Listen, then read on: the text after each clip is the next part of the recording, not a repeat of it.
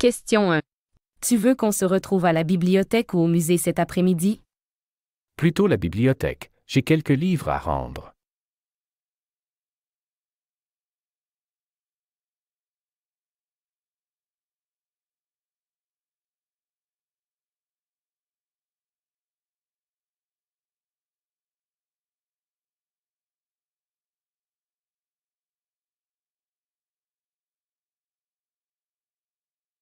Question 2. Où est mon portefeuille? Je suis sûr qu'il était posé juste à côté de mes clés.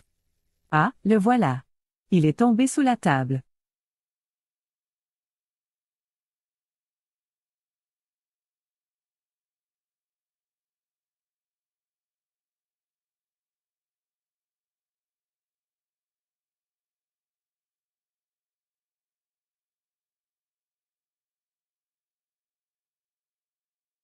Question 3. Tu as vu mon casque audio sans fil? Il était sur la table tout à l'heure. Oui, il est dans le salon à côté de la télévision.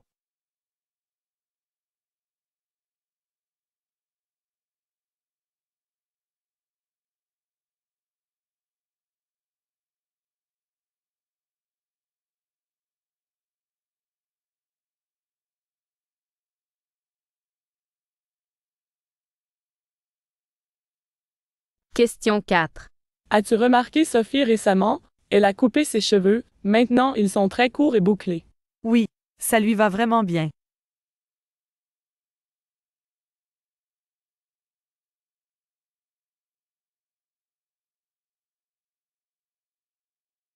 Vous allez entendre des annonces diffusées dans un lieu public.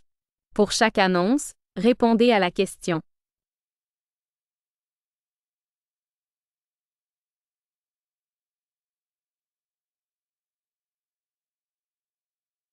Mesdames, Messieurs, nous vous prions de noter que le concert symphonique prévu ce soir à l'Auditorium Verdi est reporté à une date ultérieure en raison de difficultés techniques imprévues.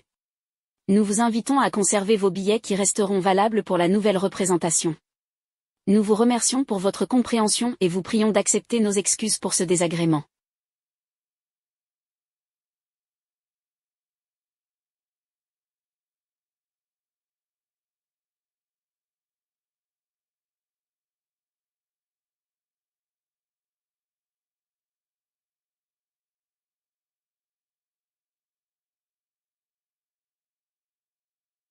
Chers visiteurs, en raison de l'afflux exceptionnel de public, l'accès à l'exposition Rêves d'Orient se fera désormais sur réservation obligatoire. Nous vous encourageons à réserver vos créneaux via notre site internet ou directement à l'accueil du musée afin de garantir votre entrée.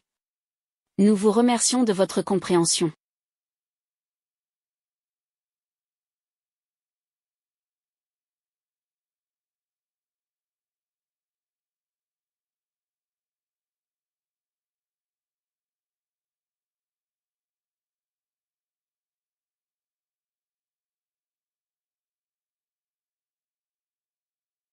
Chers passagers, nous vous informons que la ligne ferroviaire reliant Lyon à Genève sera interrompue le week-end prochain pour des travaux de maintenance sur les voies. Des solutions de remplacement par bus ont été mises en place. Veuillez consulter les horaires alternatifs sur notre site web ou au guichet des gares concernées.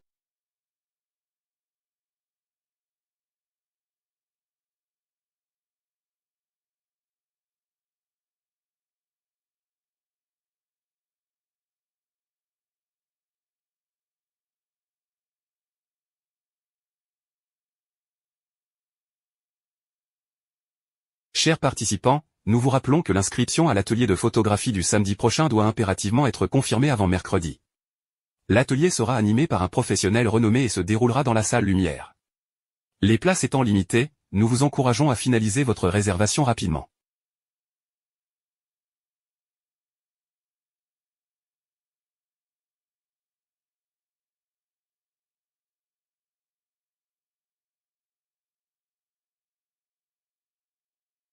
Vous allez entendre des messages sur votre messagerie téléphonique. Indiquez pourquoi la personne appelle.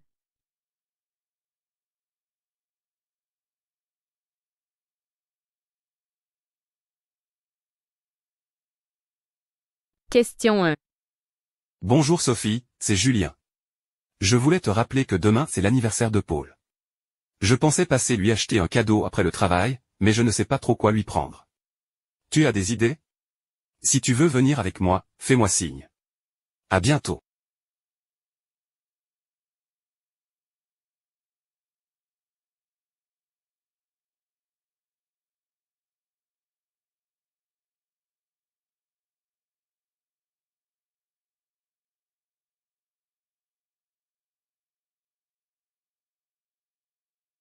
Question 2.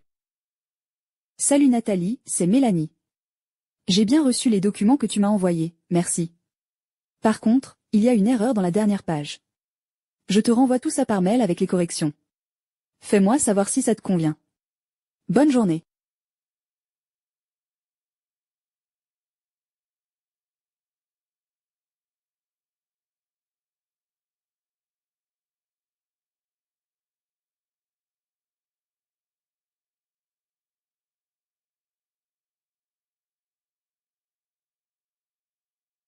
Question 3. Bonjour Monsieur Dupont, ici Stéphane de la compagnie de livraison.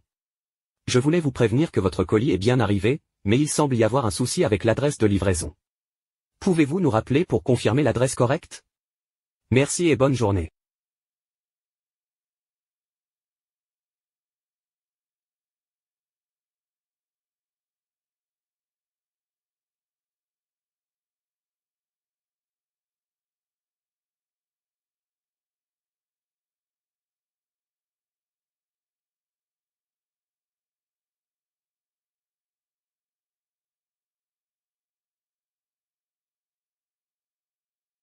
Question 4. Salut Marc, c'est Sarah. J'espère que tout va bien. Dis-moi, est-ce que tu aurais le temps de me donner un coup de main pour déménager ce week-end? J'ai quelques cartons à déplacer, mais je n'y arriverai pas seule. Fais-moi savoir si tu es disponible. Merci beaucoup.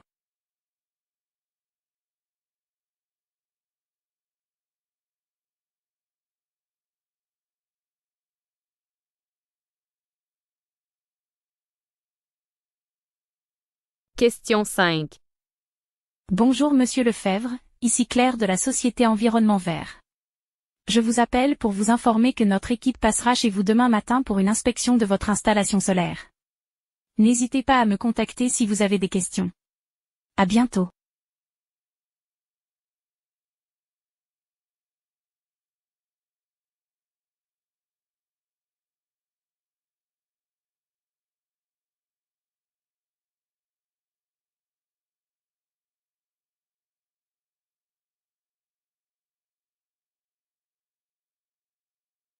Question 6.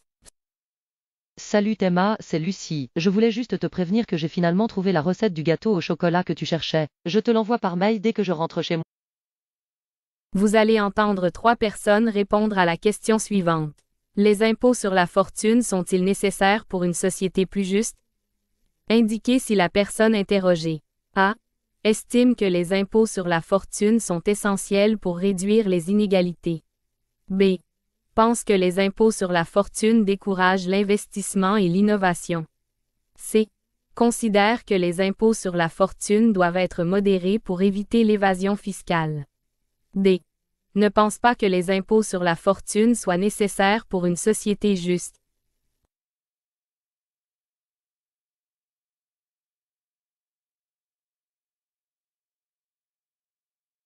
Document 1.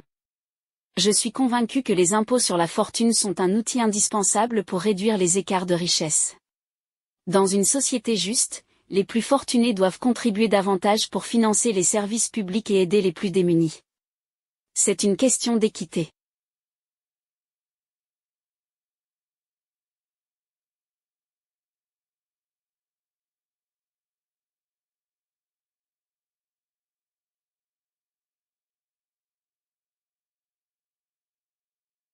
Document 2.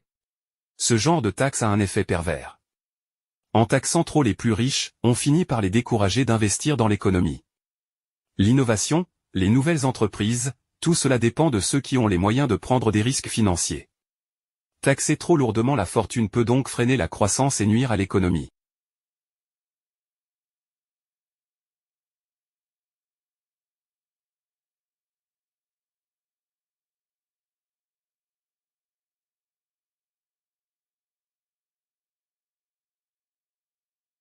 Document 3. Il est nécessaire de taxer les grandes fortunes, mais il faut trouver un juste milieu.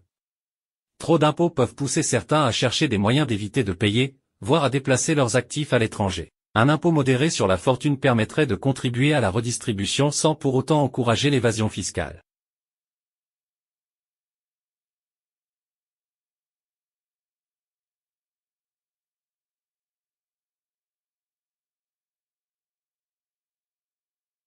Vous allez entendre 3 personnes répondre à la question suivante. Le revenu universel est-il une solution aux inégalités sociales? Indiquez si la personne interrogée A. pense que le revenu universel permettrait de réduire les inégalités. B. estime que le revenu universel est inefficace pour résoudre les inégalités. C. considère que le revenu universel est une bonne idée, mais insuffisante. D. ne croit pas en la viabilité du revenu universel.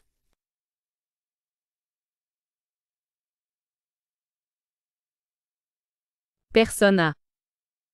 Le revenu universel est une idée révolutionnaire.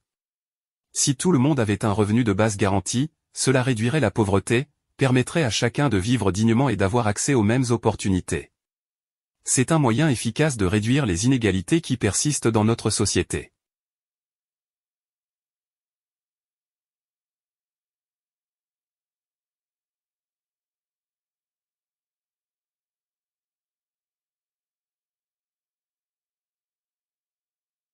Personne B. À mon avis, le revenu universel n'est pas la solution miracle. Certes, il peut apporter une aide ponctuelle, mais les inégalités sociales sont bien plus profondes. Il faut agir sur des facteurs comme l'éducation, l'accès à la santé ou encore la fiscalité pour vraiment changer les choses. Un revenu universel, seul, ne suffira pas.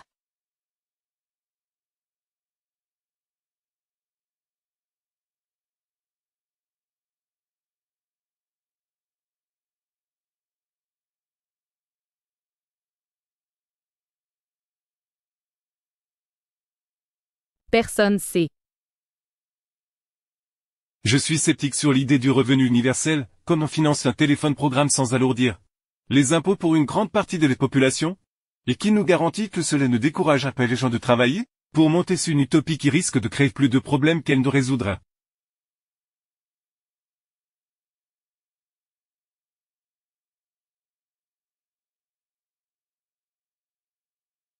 Vous allez entendre des émissions de radio.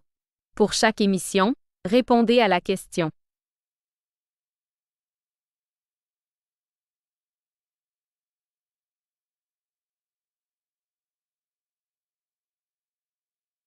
La pollution lumineuse, bien que souvent négligée, a un impact considérable sur les écosystèmes et la santé humaine.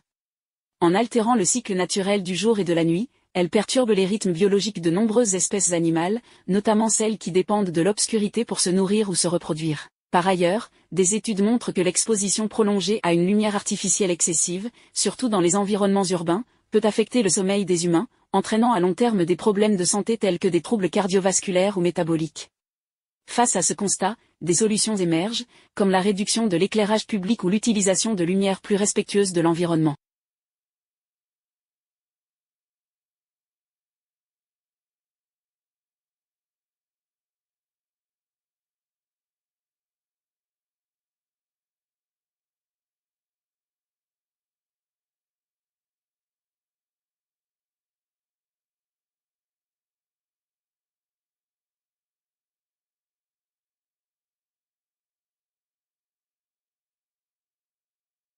Les véhicules autonomes sont présentés comme une révolution dans le domaine des transports.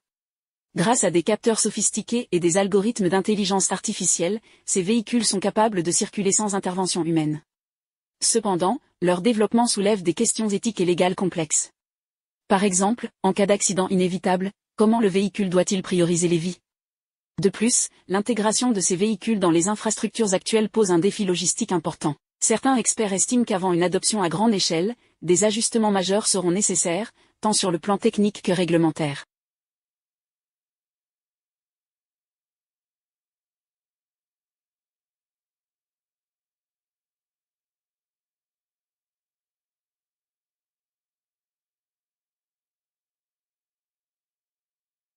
Vous allez entendre un long reportage radio.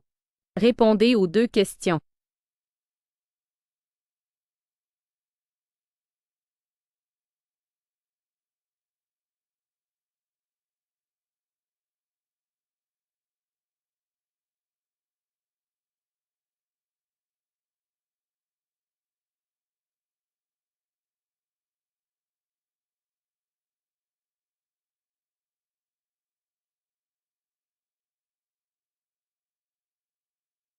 Dernier, l'épreuve écrite du bac de français pour les élèves de série générale proposait pour le commentaire un texte de l'auteure française Sylvie Germain, extrait de son roman Jour de colère, prix Femina en 1989. Un texte de 20 lignes décrivant 9 frères, sorte d'hommes des bois, élevés dans les forêts du Morvan, dans un passé indéterminé, prévenait le chapeau de l'épreuve. L'idée pour les élèves était, comme le suggère un corrigé de l'épreuve publié par Le Monde le lendemain, de se demander comment les 9 fils ont-ils été façonnés par l'environnement dans lequel ils ont grandi.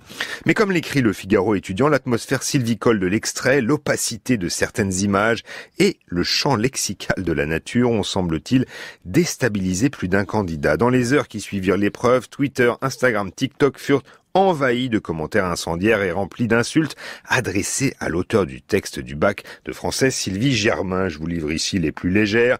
Ton texte, il est finito, aucun sens, à part 9 bouffons nus dans la forêt qui vivent dans une maison de merde, j'ai rien compris. Autre commentaire, un poil plus drôle cette fois, tu prends le commentaire, tu ressors de la salle avec une formation de garde forestier. Ou encore, on peut connaître le nom des 9 fils SVP, ça m'avait pas manqué, le livre de la jungle. Les autres commentaires hyper vulgaires, insultants et parfois menaçants, comme une vidéo TikTok vue 100 000 fois et aimée 12 000 fois, ont fait réagir, mais cette fois dans l'autre sens. Les profs ont pris la défense de Sylvie Germain.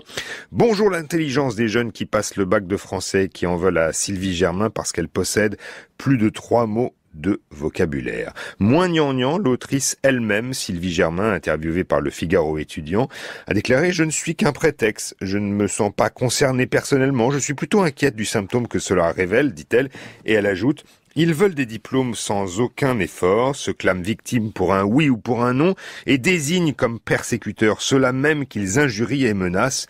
Quels adultes vont-ils devenir ?» Bonne question, sans doute, en attendant la réponse, un tweetos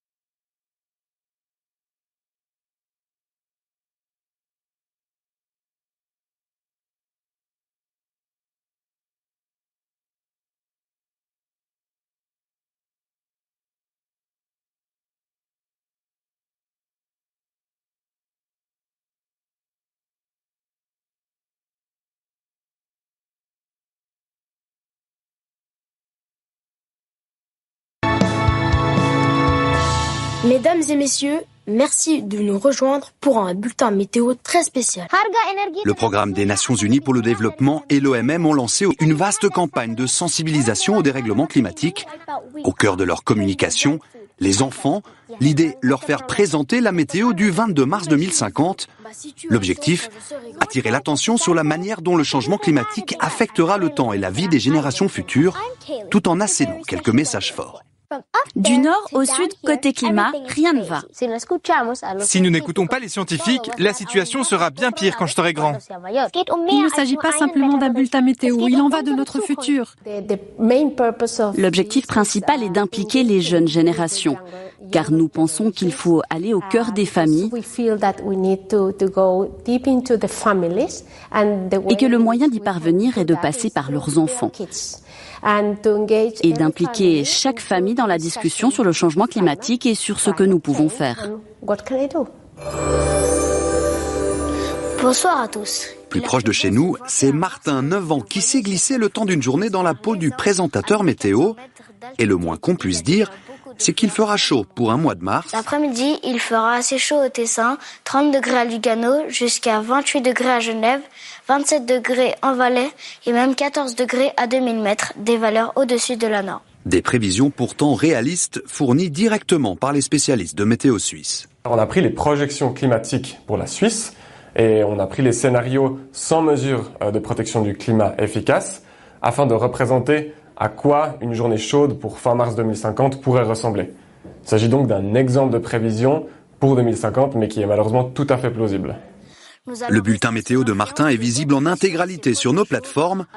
Il aura 35 ans en 2050, en espérant que d'ici là, la tendance se soit inversée. Il y a 25 ans, on aurait parlé d'un beau mois de juin. Bonne soirée à tous.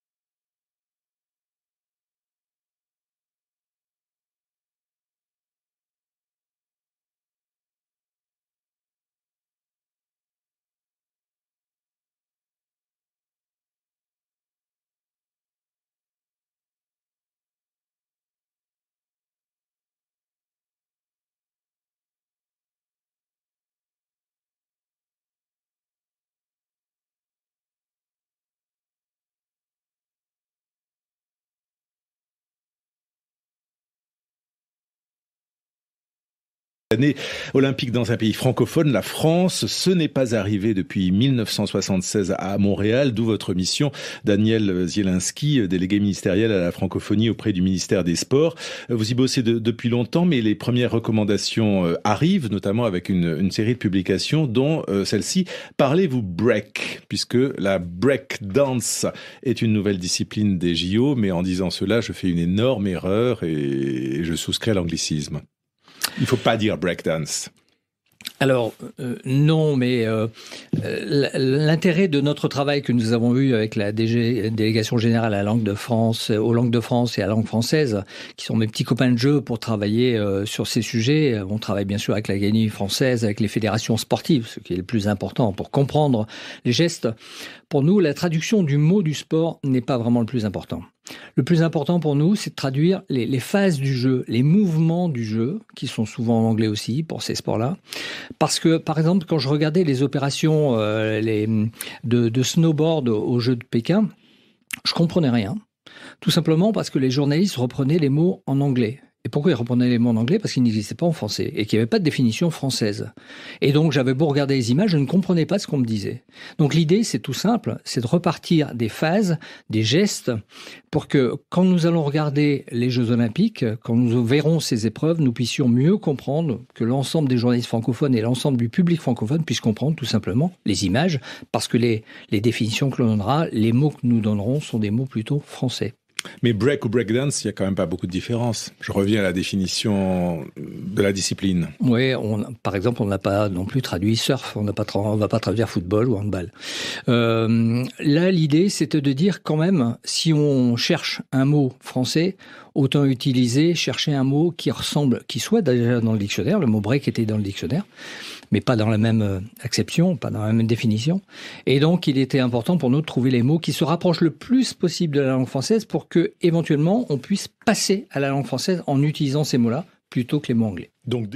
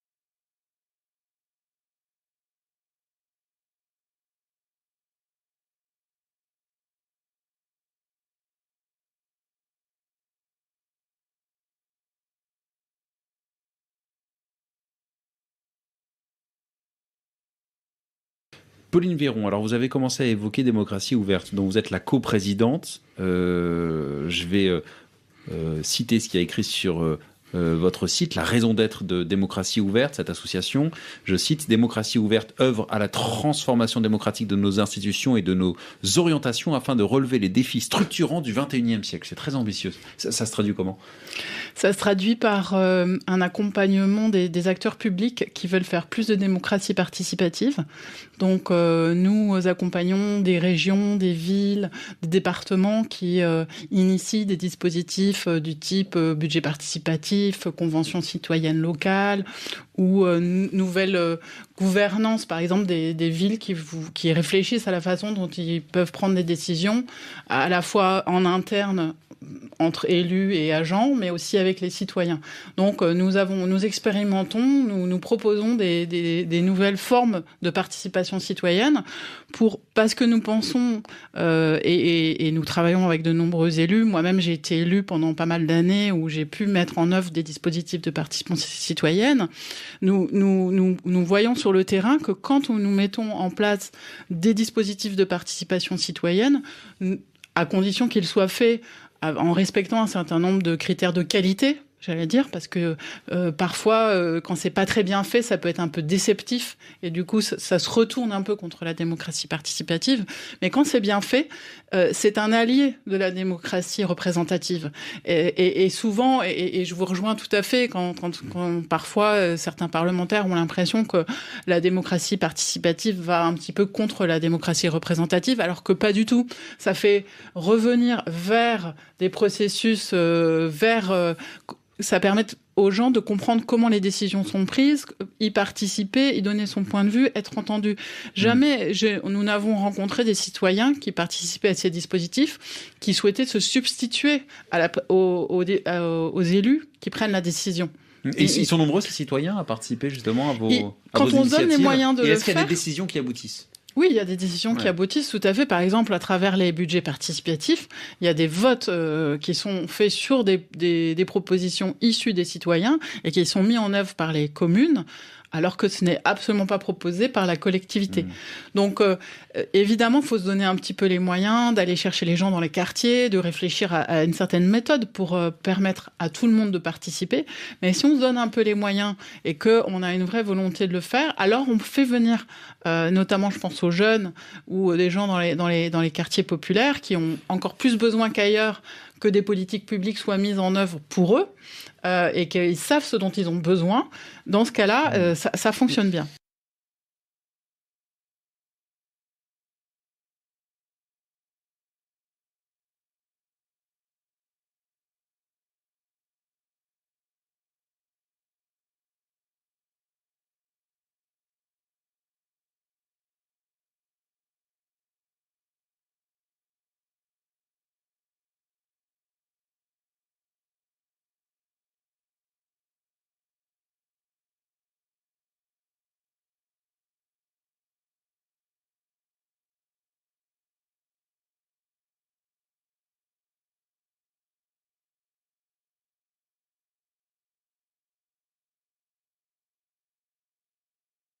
Avec la montée inexorable des préoccupations liées à la durabilité, les municipalités se trouvent de plus en plus poussées à tendre à réduire les émissions de gaz à effet de serre et à décongestionner les espaces urbains. Ils posent néanmoins des défis en termes de cohabitation avec les piétons, notamment dans les zones où l'espace est partagé.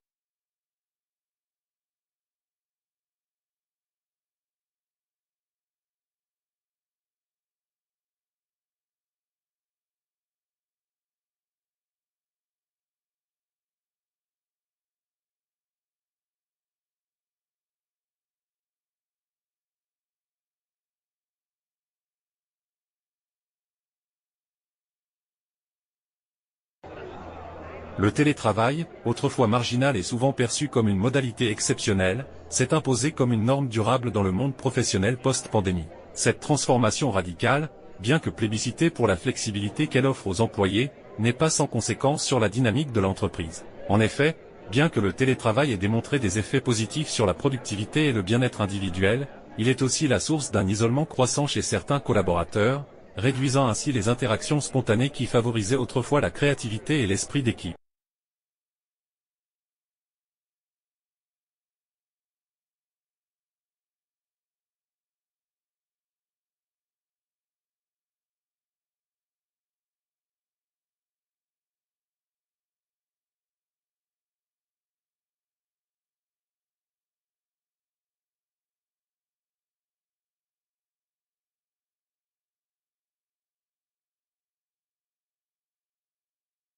La montée en puissance des énergies renouvelables, bien qu'encourageante, pose de nombreuses questions quant à la gestion des réseaux électriques. En effet, l'intégration massive de sources intermittentes comme l'éolien ou le solaire bouleverse les paradigmes classiques de la production et de la distribution de l'énergie. À cela s'ajoutent les problématiques de stockage de l'électricité excédentaire et la nécessité de moderniser les infrastructures vieillissantes. Le défi est donc de taille, comment garantir une fourniture stable et continue tout en encourageant une transition écologique rapide et ambitieuse.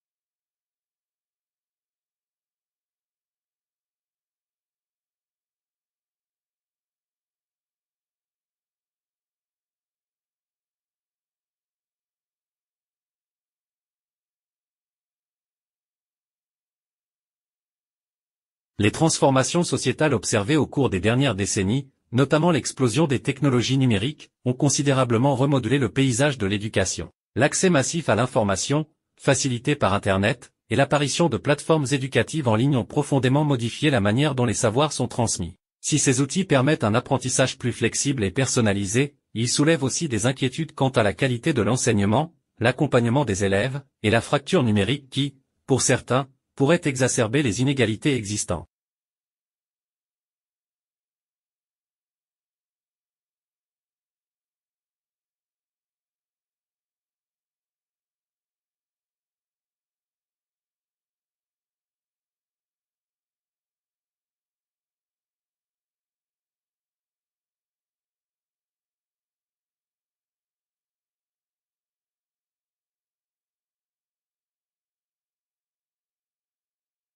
Alors que les débats sur la souveraineté alimentaire occupent de plus en plus de place sur la scène internationale, il est crucial de reconnaître les fragilités structurelles des systèmes agricoles contemporains. Les modèles agricoles intensifs, qui visent à maximiser la productivité au détriment de la durabilité, sont souvent pointés du doigt pour leur impact environnemental dévastateur. Pourtant, une transition vers une agriculture plus respectueuse de l'environnement, axée sur la résilience et la diversité des cultures, se heurte à des résistances, notamment économiques, car elle implique des réformes profondes et un soutien étatique renforcé.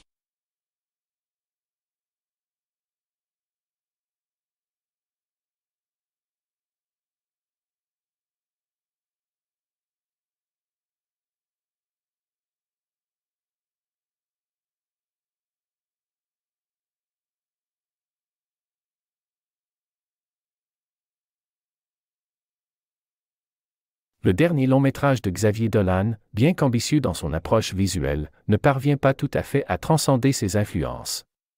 Il oscille constamment entre hommage et imitation des grands maîtres du cinéma d'auteur. Si la photographie est indéniablement saisissante, capturant avec brio l'intensité émotionnelle des personnages, le scénario, quant à lui, reste superficiel. On peine à s'attacher à ces protagonistes désincarnés, dont les motivations manquent de profondeur. Pourtant, la mise en scène méticuleuse de Dolan et son usage audacieux de la bande sonore témoignent de son indéniable talent.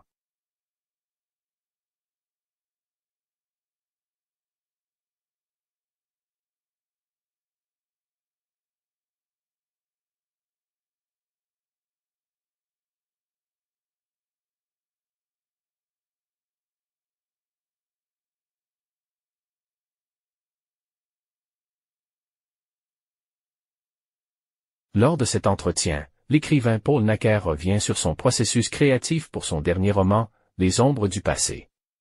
Contrairement à ses précédentes œuvres, marquées par une forte composante autobiographique, ce récit s'aventure sur des terrains plus philosophiques. Nacker y interroge le poids du passé et la manière dont les souvenirs façonnent notre identité. Il admet que la rédaction de ce livre fut particulièrement laborieuse, non seulement en raison de la complexité thématique, mais aussi du défi que représentait l'articulation d'un récit non linéaire. Pourtant, Nacker estime que cette structure fragmentaire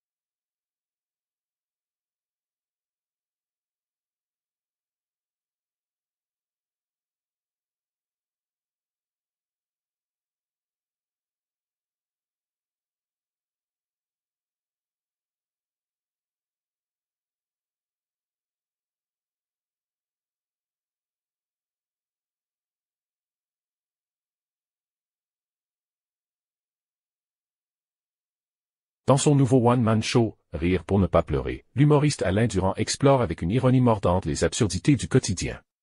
Sa capacité à transformer des situations banales comme faire la queue à la poste ou chercher une place de parking en moment de pure comédie est tout simplement remarquable. Mais au-delà de ces observations légères, Durand ne se prive pas d'aborder des sujets plus sérieux. Il parvient à critiquer, avec finesse, la bureaucratie, la politique et même la technologie moderne, tout en gardant un ton délibérément léger. Ce contraste entre des thèmes graves et son humour décalé fait de ce spectacle une réussite incontestable.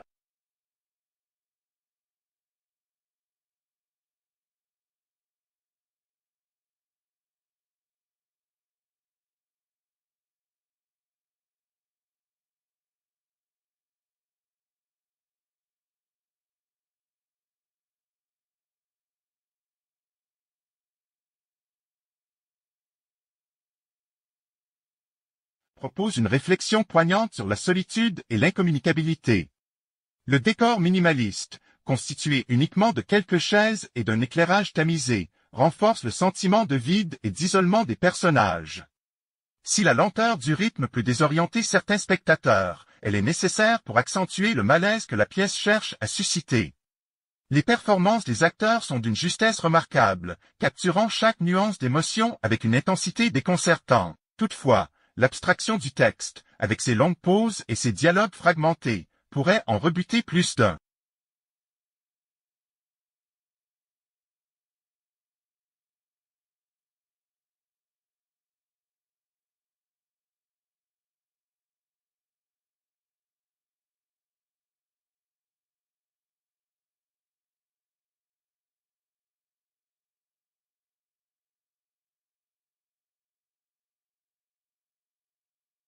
Interrogé sur son dernier film, Les Illusions perdues, le réalisateur Marc-Antoine Leroy revient sur ses choix esthétiques et narratifs. Il explique que son objectif principal était de déconstruire les codes traditionnels du cinéma narratif en jouant avec la temporalité et en refusant une résolution claire à l'intrigue. Pour lui, cette approche reflète mieux la complexité de la réalité moderne, où tout est constamment en mouvement et où il n'existe plus de vérités absolues. Leroy admet cependant que cette volonté d'expérimentation a parfois été mal reçue par le public, certains critiques lui reprochant une narration trop complexe.